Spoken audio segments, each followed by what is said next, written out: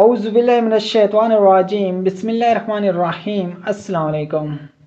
1,00,000 حج اور 10,000 قرآن پاک پڑھنے کا ثواب ملے گا جو یہ کلمات پڑھے گا۔ محمد صلی اللہ علیہ وآلہ وسلم نے فرمایا، اللہ تعالیٰ کے بہت سے بندے ایسے ہیں جنہیں حج کرنے کا شوق ہے لیکن وہ حج نہیں کر سکتے، کیوں نہ کہ ان کے پاس اتنا مال نہیں، اتنے پیسے نہیں کہ وہ حج کر سکیں۔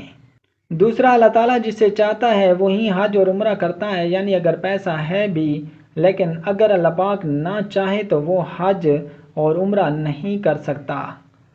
تو یہ وہ کلمات ہیں، اگر آپ حج عمرہ نہیں کر سکتے، صرف یہ آیات پڑھ لیں تو آپ کو پورے 1,00,000 حج کے برابر ثواب ملے گا۔ اور اسی طرح اگر آپ دن رات مکمل قرآن پاک نہیں پڑھ سکتے، یعنی چند ایک صورتیں پڑھ لیں، کوئی آیات پڑھ لی لیکن پورا قرآن پاک نہیں پڑھ سکتے، تو یہ وہ آیات ہیں جن کو پڑھنے سے آپ کا حج بھی ہو جائے گا، آپ کے قرآن پاک بھی ختم ہوں گے۔ تو ناظرین، جس صورت کی یہ آیات ہیں، اس صورت کے حوالے سے نبی کریم صلی اللہ علیہ وآلہ وسلم نے فرمایا، جو شخص اس صورت کی تلاوت کرے گا خدا اس کے عیب چھپائے گا، اسے خوف کی حالت، حساب و کتاب کے موقع پر پریشانی میں آرام سکون بخشے گا۔ وہ آیات یہ ہیں، پارہ نمبر 25 سورہ جاثیہ کی آخری 2 آیات ہیں جن کو پڑھنے سے 1,00,000 حج اور 10,000 قرآن پاک پڑھنے کے برابر ثواب ملتا ہے۔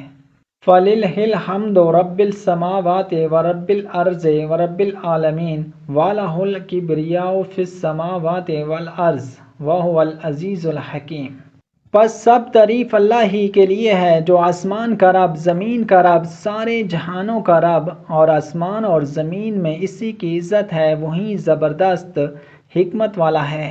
تو ان آیات کو آپ صبح و شام پڑھنا چاہیں تو لازمی پڑھا کریں اور ان کو یاد کر لیں۔ چھوٹی سی آیات ہیں لیکن وہ آیات ہیں جو اللہ پاک کو بہت زیادہ محبوب ہیں، کیوں نہ کہ ان آیات میں اللہ پاک کی بہت زیادہ تعریف بیان کی گئی ہے۔